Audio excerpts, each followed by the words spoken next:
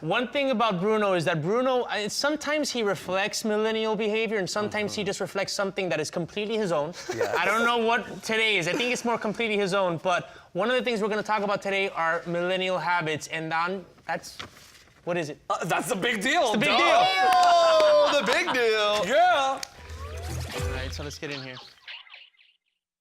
Okay. Millennials. Millennial habits. Well, you know, there's a lot of studies coming out that are actually kind of surprising. They're a little counterintuitive. Right. One of the things that I'm fascinated by is that, according to studies, millennials are having less sex. ¿Qué? Less sex than the Gen X and the baby boomers before them. I know why. Why? Girl? I mean, I assume why. Oh. My theory is because of too much social media, too much phone, too much technology, too much swipe left, swipe right. People spend more time on their phones, WhatsApping, texting, Tindering, Bumblebeeing, or whatever, than actually getting out there.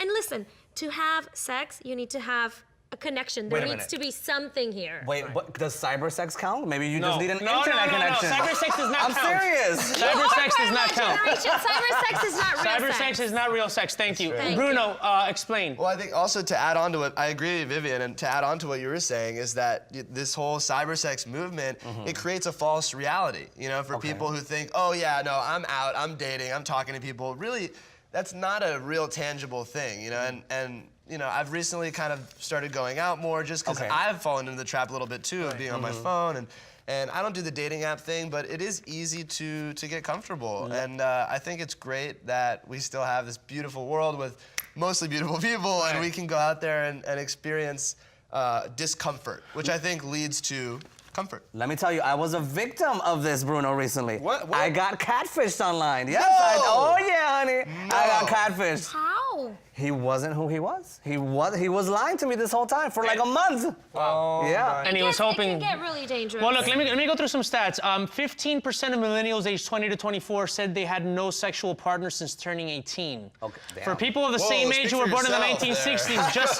just 6% active. said they hadn't had sex. So that's, and ongoing research shows that adults 20 to 24 report having no sexual partner than those at the same age born in the 60s, 70s, and 80s. Look, one thing, I have a friend who lives in New York, he was staying with me, and he said, you know, he's like me, he's on the cusp between millennial and Gen X, and, you know, he remembers the good old days when you'd meet people, but he's, by the way, Gen X apparently does more social media than millennials, but we'll get to that. Oh, he said that he meets a girl at the bar. Mom, Your mom's not Gen X, your mom's a baby boomer. Okay. But she's Facebooking all day. I know, Facebook has become the mom hell? thing. But this guy, he tells me, you know, I meet a girl at the bar, and they're talking, and then she's like, well, let me see your Tinder profile. And he's like, I'm standing right in front of you. And she's like, it's easier for you just to get a Tinder profile. I guess like a vetting thing. Oh so bizarre. Do you think that has to do this lack of sex with the low self-esteem that they say apparently millennials have as a generation? I think it's more than just social media. I also think that sex has become such a minefield.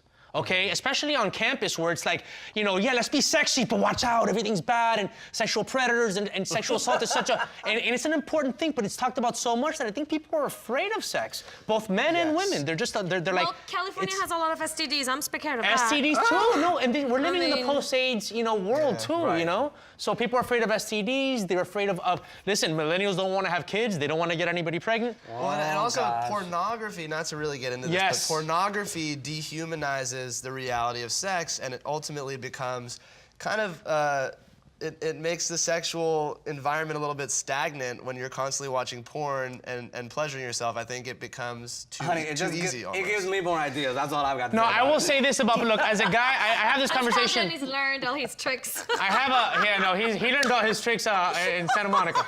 I picked up all my tricks in Santa Monica Boulevard. Yeah, that's. I have this conversation with my friends about porn, and I do think that if you watch porn in moderation, yes, it can give you ideas, it can inspire you to a certain degree, but I think that a lot of people, mostly guys, but even some girls, are watching so much porn that okay, there's this movement called the No Wanks movement, where it's just this guy telling young men, or men in their 20s, 30s, or if you're single, 40s, not to masturbate, because it takes away your ghana, it takes away your motivation to go out. You need a release every once in a while. I mean, once a week. That's insane. Bruno, once a week. Because what happens is you get so pent up that you get off the couch and you go meet a girl. Okay. So once a week. Hey, enough. Bruno, you're young. 3 times a week. Okay, I'll try it. Twice a week. And by the way, Vivian's like, I'm not gonna be there, but You know, good luck. I'm a girl, what can I tell you? Well, Does here's that mean another. that you do it more? That's something I'm not gonna discuss with you. Here's one other fact that I. Well, here's one other fact that I think is Yeah. Oh, wow. Okay. Here's one other fact that I think is affecting millennial sex life, and it's the fact that they are making 20% less money than baby boomers of their age, and I think that it takes away the economic libido. And yes, when you're a guy, you're gonna have an easier time getting laid if you have money in your pocket to say, hey, can I take you out to dinner? Right. But because millennials are jobless, there's not a job market for them. There's all low-paying jobs. The guys can't be that, you know. And Right. like, I mean, They blame that on parenting though, because millennials are the generation that have the new parenting skills where you're not disciplined and, you know, they didn't spank you because, ay no, era maltrato infantil and whatnot. And then they, you know, grow up thinking that they're entitled to things, that they deserve things. So then they get to a job and it's like not fulfill, you know, that it doesn't fulfill them enough or whatever. and they quit before they so they get rise up. lazy, and how are they going to succeed in a job like that? Or what do you think? Well, I don't think that comes from not being spanked. I think everyone By the way, is parented differently. I don't think spanking is good at all, but I also no, spanking can actually be great Okay. if you end up having sex. I was about to say. I was about to say the same thing. Oh yeah, I got That's spanked. that's when a I was different little, realm. and I grew up like a normal human being, and I got spanked because Well, I you're was lucky. sometimes a bad girl, Okay, and my mom was like, listen, you're a very bad girl.